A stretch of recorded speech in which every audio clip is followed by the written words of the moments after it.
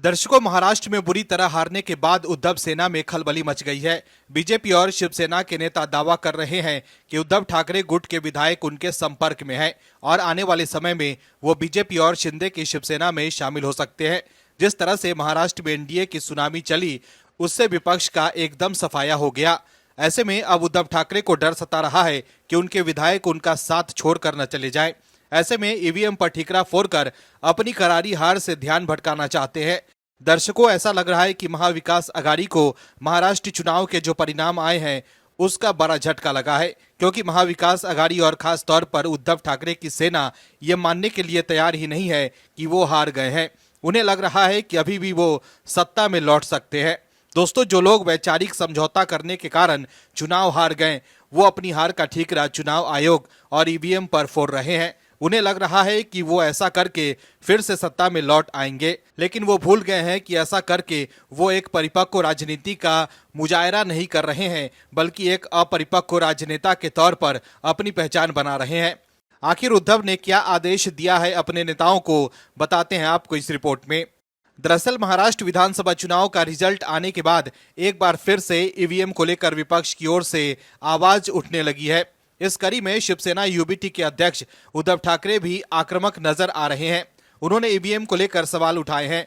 Shiv Sena UBT की बैठक में हारे हुए उम्मीदवारों ने ईवीएम घोटाले का शक जताया था। इसी के बाद उद्धव ठाकरे ने फैसला लिया है कि जिन मतदान केंद्र पर ईवीएम छेड़छाड़ का शक है, वहां पर 5% वीवीपैट के रिकाउंटिंग की याचिका दायर की जाएगी।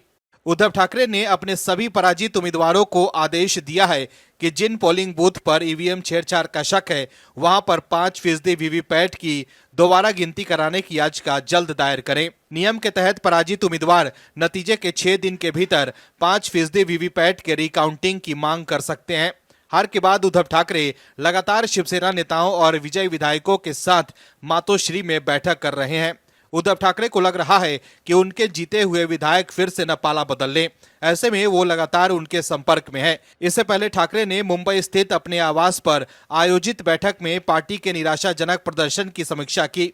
बैठक में शामिल एक पूर्व विधायक ने बताया कि चुनाव में हार का सामना करने वाले कुछ विधायकों ने इलेक्ट्रॉनिक वोटिंग मशीन यानी ईवीएम की कार्यप्रणाली पर संदेह जताया।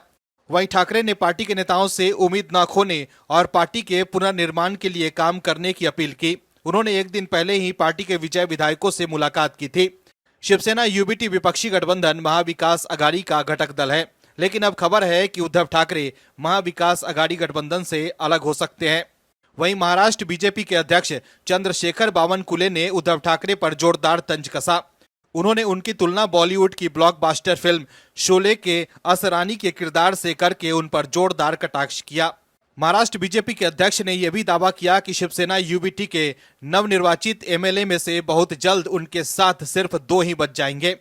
दर्शकों, जिस तरह से बीजेपी और शिंदे गुट के नेता उद्धव ठाकरे की पार्टी को लेकर दावा कर रहे हैं, उससे उद्धव गुट की चिंता बढ़ गई होगी। वहीं ठाकरे के अलावा संजय राउत भी बीजेपी पर निशाना साध रहे हैं और ईवीएम पर सवाल उठा रहे हैं। दर्शकों, उद्धव की पार्टी सिर्फ 20 सीटें ही जीत पाई है। यही वजह है कि हार के बाद उद्धव गुट की बेचैनी बढ़ गई है। लेकिन सवाल है कि 20 विधायकों में से कितने उद्धव ठाकरे के साथ बने रहेंगे। Bureau report, OMH news. और भी वीडियोस देखने के लिए चैनल को सब्सक्राइब करें और बेल आइकन को दबाएं।